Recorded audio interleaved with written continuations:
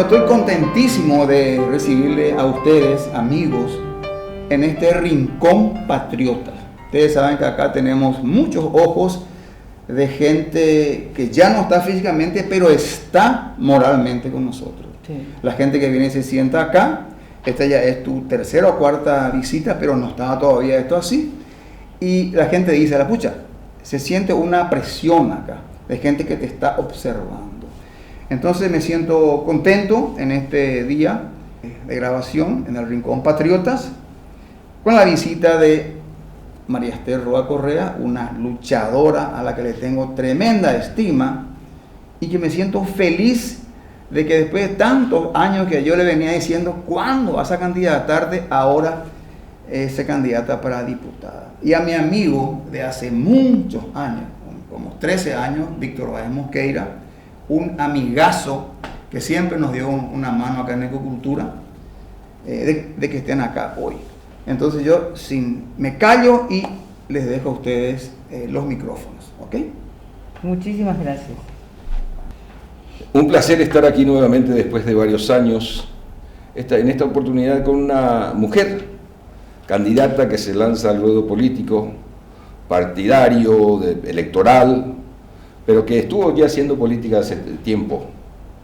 Es fundamental que las mujeres participen y con todas las dificultades que tienen. Quiero contar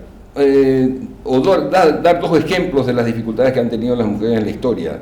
Siglo XII, año 1100, las mujeres que no querían ser ni esposas, no querían estar bajo el dominio de sus maridos, ni de sus familias, ni de la Iglesia Católica, porque esas eran las opciones, se hicieron llamar beguinas y vivieron en comunidad y hacían servicios sociales y de caridad. Y esa fue una forma de vivir de mujeres ilustradas de forma humilde, pero liberada.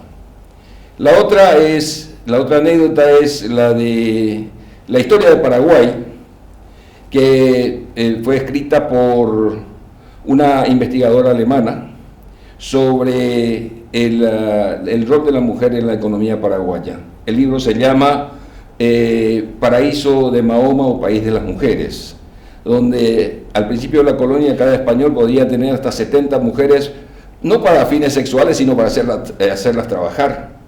Después de la independencia, las mujeres seguían produciendo, mientras los hombres cuidaban las fronteras, y después de la guerra también las mujeres seguían produciendo. En suma, ella dice finalmente, la mujer paraguaya es la que construyó la economía de Paraguay y sin embargo tiene muy poca participación en política. Actualmente solamente entre un 16 y un 20% de mujeres participan en la política activamente en Paraguay. Es por eso que hay que valorar en su justa dimensión que María Esther Roa hoy se lance al ruedo político electoral como candidata a diputada, ¿no? Así es, Víctor, un placer estar en contacto contigo, también con la audiencia, y decirles que vengo de la sociedad civil. Hace más de una década vengo luchando contra el flagelo de la corrupción, y hace bastante tiempo, ¿verdad?, ya me venían pidiendo de que yo entre en la arena política partidaria. Yo comento, ¿verdad?, de que yo no estoy afiliada a ningún partido político, pero sí encontré que en el Partido Revolucionario Febrerista me dieron una oportunidad para ocupar un curul en la Cámara de Diputados, y estoy como candidata a diputada por el Departamento Central. La lista es 2 y la opción es 13. Y desde ese lugar pretendo, proyectar leyes que puedan fortalecer la sociedad civil, porque entiendo de que si no construimos ciudadanía, nosotros no vamos a lograr erradicar la impunidad en Paraguay, que son dos cosas distintas, la impunidad y la corrupción. La corrupción no podemos imponer a una autoridad que no sea corrupta, puede serlo. Lo que no podemos tolerar es la impunidad de nuestras autoridades, ya sea del Poder Judicial o del Ministerio Público. La exigencia ahí tiene que ser 100%. Y eso es lo que yo vengo desarrollando, Víctor. Evidentemente la vía judicial no va a ser suficiente, María Esther, y eso vos lo sabés, sos abogada, pero hemos visto, por ejemplo, toda la discusión en torno al triste rol de la anterior fiscal general. Y evidentemente el Poder Judicial aquí tiene o sea, la diosa Astrea, por llamarlo así, por llamarlo de forma figurativa, la diosa Astrea tiene un pañuelo al cuello, sí, que le han colocado y que hay que sacarle. Para lo cual es necesaria también la movilización de la gente, ¿no? Sí. Es necesaria la indignación ciudadana, y creo que esa parte la estás trabajando muy bien, si nos podés informar. Así es, Víctor. Realmente la corrupción es global, o sea que la corrupción existe en todos los países del mundo, sí, pero el porcentaje que se da en un país es más o menos corrupto, es lo que importa. En ese aspecto, Paraguay, según Transparencia Internacional, ocupa el segundo país más corrupto de Sudamérica, solo después de Venezuela. ¿Y qué es lo que permite que otros países sean menos corruptos? Y dicen que son dos factores. Una es la institucionalidad, o sea que las instituciones encargadas de erradicar la corrupción no la hacen. Y por otro lado, la tolerancia de la ciudadanía. O sea que, ¿qué es lo que tolera y no tolera la ciudadanía? Cuando nosotros nos reflejamos en Paraguay, encontramos que ni un ni el otro tenemos. O sea que no tenemos instituciones y tampoco tenemos una reacción de la ciudadanía. Y te puedo dar un claro ejemplo de casos muy emblemáticos que acontecieron hace poco, como es que el vicepresidente de la República, que fue nominado por los Estados Unidos como significativamente corrupto, sigue ostentando el cargo.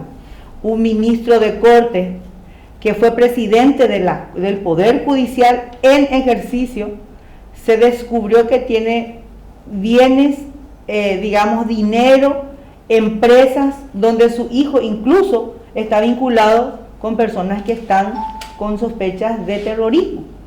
Y siguió en el cargo y salió por la puerta grande, digamos por la puerta grande porque él no renunció y hasta hoy nunca tuvo ni una imputación ni un allanamiento, nadie le tocó absolutamente nada. En otros países no se da este escenario que se da acá en Paraguay. Me estoy refiriendo a la tolerancia. Por citarte, en Suecia una prominente política asume la vice primer ministra, ¿verdad?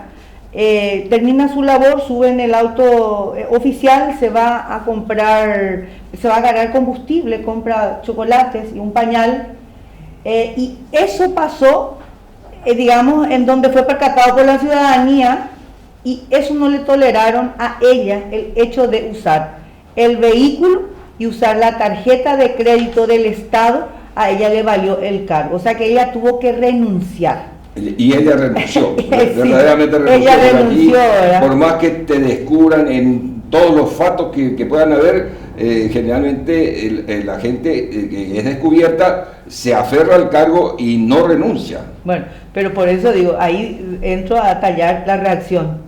¿Por qué renunció? Porque hubo una reacción de la ciudadanía. Exacto. ¿Verdad? Entonces, todo lo que nos pasa aquí, no hay una reacción ciudadana. Entonces, lo que nosotros tenemos que hacer como ciudadanos es diagnosticar qué es lo que nos pasa. Y el diagnóstico desde mi óptica es que nosotros tenemos que construir ciudadanía. Y construir ciudadanía significa que tenemos que tener primero autoridades que representen a la ciudadanía. En el Congreso hoy, Víctor, prácticamente no tenemos gente que se haya ocupado de la sociedad civil. Yo digo porque yo visiblemente, ¿verdad? Me declaro una activista social anticorrupción y de hace bastante tiempo. Yo te cuento nada más que en el año 2018, cuando ya la apatía no llegaba a la gente, entonces empezamos a hacer scratches. La primera víctima de la ciudadanía fue José Ibáñez, nos llevó 4 días, 22 días nos llevó Oscar González Daer, un hombre con poder político y económico brutal, y nuevamente se filtran los audios donde dan cuenta de cómo él manejaba la justicia. Entonces ahí la reacción de la ciudadanía obligó con los medios de prensa también y otros factores para que él renuncie y salga del sistema. Nosotros fuimos por otras personas más, ¿verdad? Dionisio Amarilla y bueno, unas cuantas figuras del Congreso salieron gracias a esa presión mediática que nosotros hicimos. Lo que yo te quiero decir es que solamente funcionó así, no en masa. Paraguay no es una multitud que se sienta herido y sale 10.000 o 20.000 personas. Eso no se hace. Se van a un mitin político, pero no se van a defender sus derechos. Eso, ahí quiero pararte. Una vez leí un libro de un profesor de la Universidad de Brasilia, Pedro Demo, que hablaba sobre pobreza económica y pobreza política. La pobreza económica se puede medir, ¿no? El que recibe menos de tantos dólares por día de ingreso o tantos guaraníes por día de ingreso es pobre, se puede medir. Pero también la pobreza política se puede medir, según él. Y dice lo siguiente, esa gente que no está organizada. Un indicativo de una sociedad que es pobre políticamente es cuando la gente no está organizada, no tiene sindicatos, los otros sectores no están organizados, etcétera, los sindicatos son muy débiles, las organizaciones ciudadanas son muy débiles, etcétera, etcétera. No hay propuestas, no hay capacidad de respuestas, hay fragmentación, todos son grupos pequeños, hay aversión entre esos grupos pequeños, porque hay sectarismo, etcétera, etcétera. Entonces, como no hay fuerza desde la sociedad, los que tienen poder a la hora de repartir la torta económica, en vez de darnos, nos sacan, y eso es causal de pobreza económica también. O sea, el Paraguay sería pobre, según esa teoría, porque somos pobres políticamente, porque estamos desorganizados, porque no tenemos capacidad de presión ciudadana como para que se reparta mejor la producción económica que existe en el país. ¿Qué pensás de eso? Es excelente la reflexión, ¿verdad? Yo creo que es lo más certero. Yo siento de esa forma, hay una desorganización de la sociedad civil, como aquello que es político no me interesa a mí porque yo no vivo de la política, y si roba y da un poco al pueblo ya basta, es la resignación misma. Por eso que insisto, Víctor, ¿verdad?, que construir ciudadanía es el mayor desafío que nosotros tenemos, y no podríamos hacer sin que tengamos representantes desde el legislativo que se orienta a esa situación. Yo te cuento, Víctor, que actualmente estamos trabajando con más de 22 distritos donde hay líderes ciudadanos, contralorías, transparencia ciudadana, etcétera.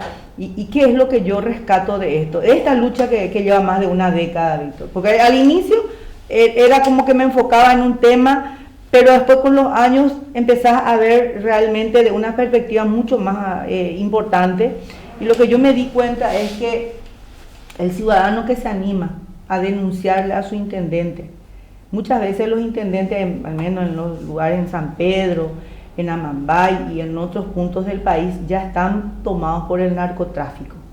Antes el narco le daba plata al candidato local, el ciudadano aquel que era el calidad, ¿verdad? Entonces a ese le ayudaba y después ya le sometía. Hoy no, hoy se candidatan los mismos narcos, y encontrar ciudadanos que le denuncian a su candidato, que le denuncian a su intendente, y en el momento de encontrarse él solo dentro de su distrito tampoco encuentra alianza a nivel país. Lo que nosotros estamos atando todos esos vínculos de esos ciudadanos que se están animando a no sentirse solos.